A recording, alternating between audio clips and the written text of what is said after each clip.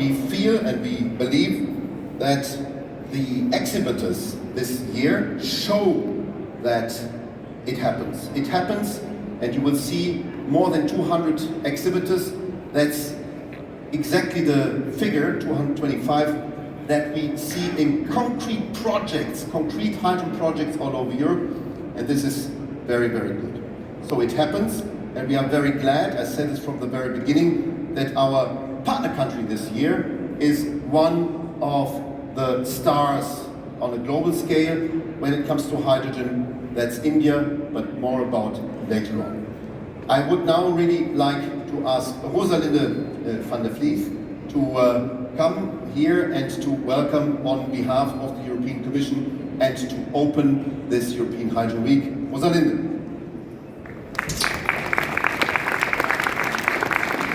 Good afternoon, everybody. So let me just, before I start and welcoming you on behalf of the European Commission to Hydrogen Week in Brussels, just a bit of a check-in of the temperature in the room. So who is really excited that we are starting our Hydrogen Week? That's very good. And for the ones who are not yet very excited, that's okay. But hopefully after we went through the opening, you will already start to feel the excitement a bit more.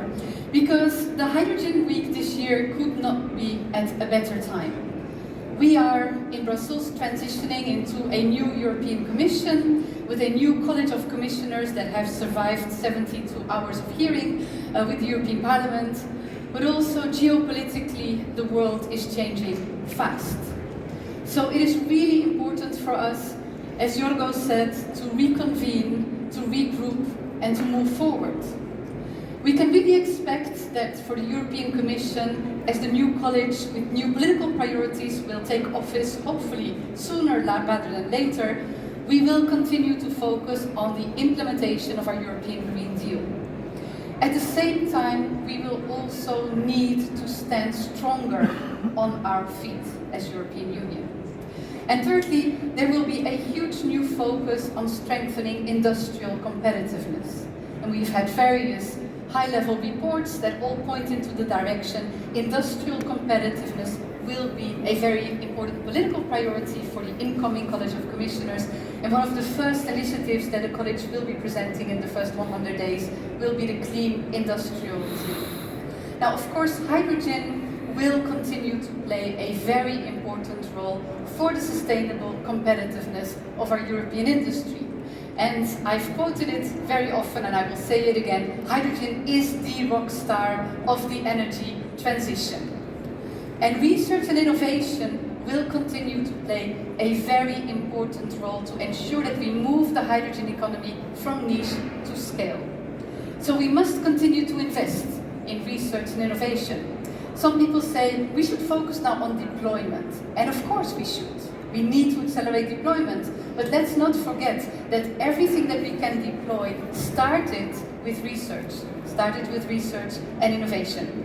So we need to continue to invest in research and innovation to make our existing technologies more cheap, to work on the cost effectiveness and also on the circularity. But at the same time, we also need to take into account the longer term need for the European Union to remain competitive. And for the longer term need, we need to invest in new solutions that may not be immediately deployable, but may only be deployable in a few years' time. But we need to make sure that we also take into account the longer term vision for research and innovation. And it's very clear that we have a strong new commissioner coming in, Mrs. Zagharieva. She already indicated very clearly her priorities in her hearing with the European Parliament. She is first of all very committed to radically simplify and make it easier for companies to get access to funding. Our second priority for the European Union will be to focus, reduce our priorities and really focus on those areas where we can contribute on the one hand to the sustainability of the European Union, but also contribute to the European competitiveness. And thirdly, our incoming commissioner will be very, very committed to better collaborate with member states. Only 10% of the European public investments in research and innovation come from the European Union. 90% is still happening at the national level. And this is where the Strategic Energy Technology Plan can play a very important role, also for hydrogen. So through the SET plan, the Strategic Energy Technology Plan, we will be working together with member states and also with the industry to develop a common European research and innovation agenda. And by doing so, we need to focus also on how we can accelerate the deployment, and we focus on cross-cutting priorities such as circularity, digitalization, and upskilling our workforce. So I'm asked also to present a funny slide. Well, after Jorgo, it's very difficult to be funny, but I basically asked artificial intelligence, how will the hydrogen economy look like?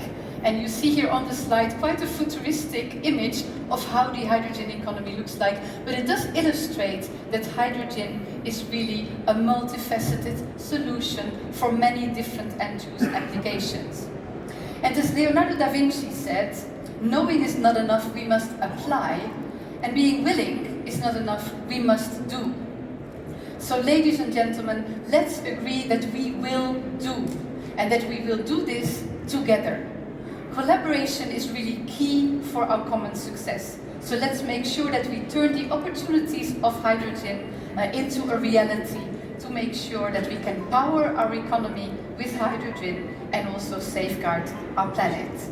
Today is the next step in building our hydrogen future together. I wish you all a really inspiring hydrogen week ahead. Thank you very much for your presence, thank you for your passion, and thank you for being here. Many thanks, Rosalinde. And while Luigi is coming to take the floor, I have to explain, we are a strange animal.